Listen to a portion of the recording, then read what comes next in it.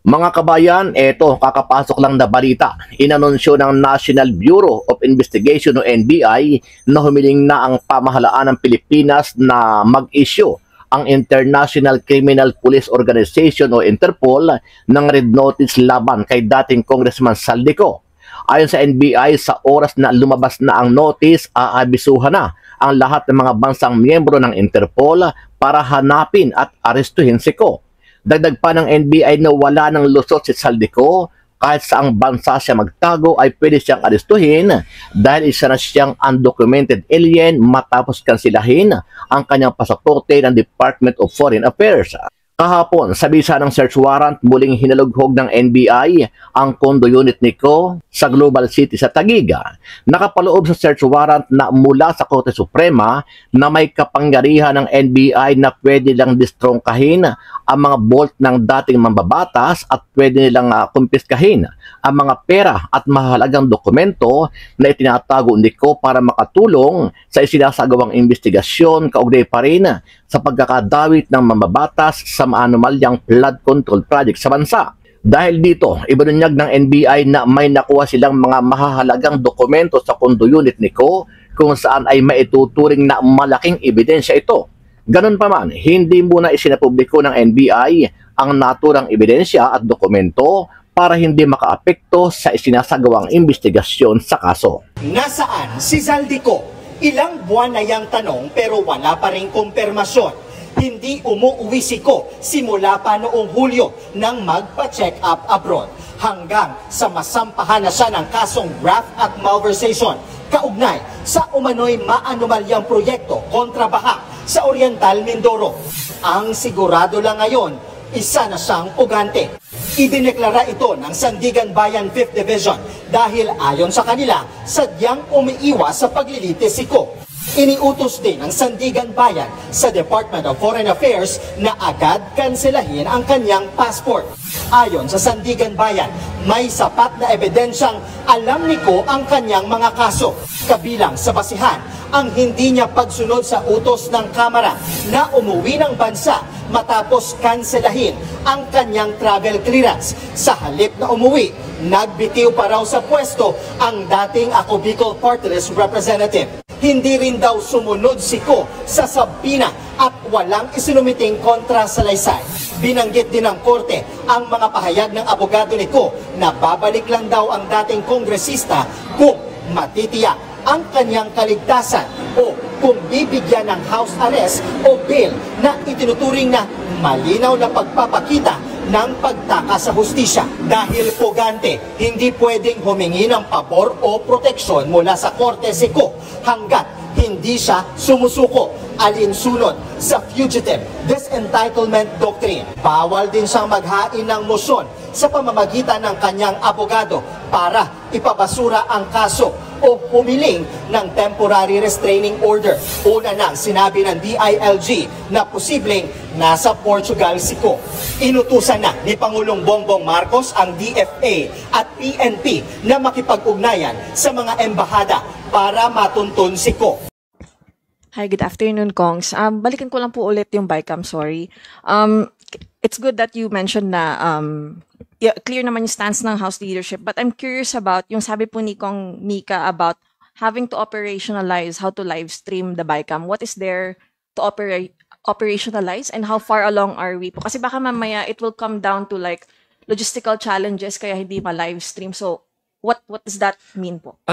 Well, this is my interpretation because I haven't really discussed this with Chairman Mika Swansing, but very clear po yung position ng House not to have it live streamed.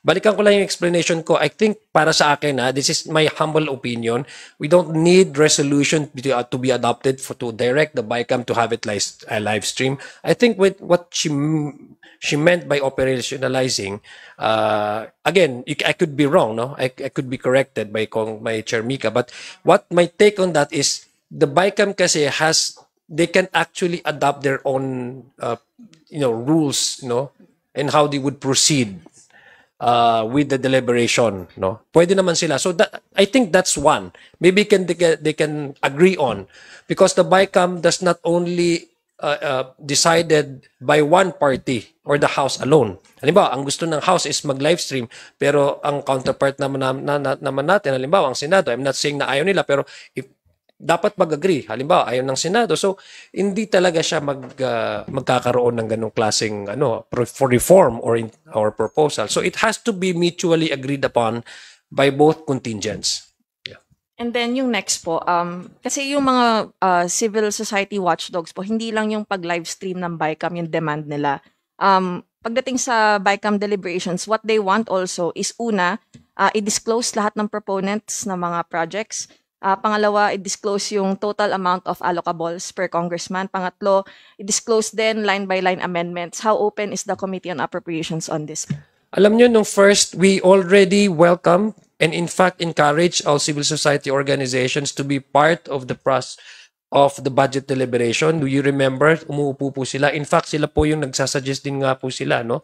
So from the start that we had the budget deliberation, on the committee level, as far as the House of Representatives is concerned, meron na pong participation ang ating civil society organizations. Now, again, when it comes to the BICAM, yes, we will support any form of method or modes that would ensure transparency in the deliberation of the BICAM. But then again, it would be mutually agreed upon. We agree and we support that all proponents for each individual projects would also be named during the BICAM. So that accountability, alam natin kung kaninong proposal ito, ano yung saan dadalhin, bakit dadalhin doon, ano yung may tutulong nitong proyekto na to doon sa kanyang komunidad.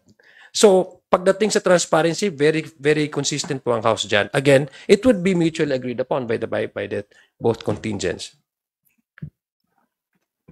Kong Ernix, I understand you're one of the vice chairperson ng Committee on Appropriations. Sorry, sir, no, I'm not part of the Committee on Appropriations. Okay, sorry. Okay, next question natin. Meron pa? But Kong, do you also support yung nga po, course. identifying your proponents? Yes, it has to. Kasi otherwise, it won't be transparent enough eh. Also, just to answer your first query kanina, yung sa logistics, baka yun yung magiging problem. I don't think there will be a problem. The House is well equipped for any live streaming logistics eh. Now, with regards to what Chair Mika meant by that, I think we should ask Chair Mika. Yeah, but in terms of logistics, I think it's something we should not worry about. Okay. Another question from Elson of Manila Bulletin. Hello, Kongs. Curious lang po, you can answer as candidly as you like. Kaya po ba kaya ng Senate magpasa ng isang anti-political dynasty bill? I know it's a separate body, but I think it's still an important question po. Well, tanungin nyo sila. Mahirap naman sumagot ng ganyang klaseng katanungan.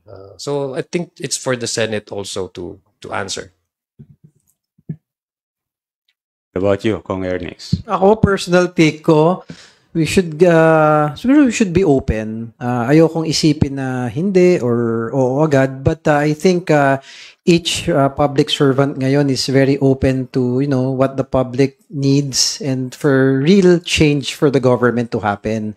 I think ayun, nandun na yun sa commitment nila kung gaano kalalim yun. It's the interest of personal, pamilya versus the interest of the public.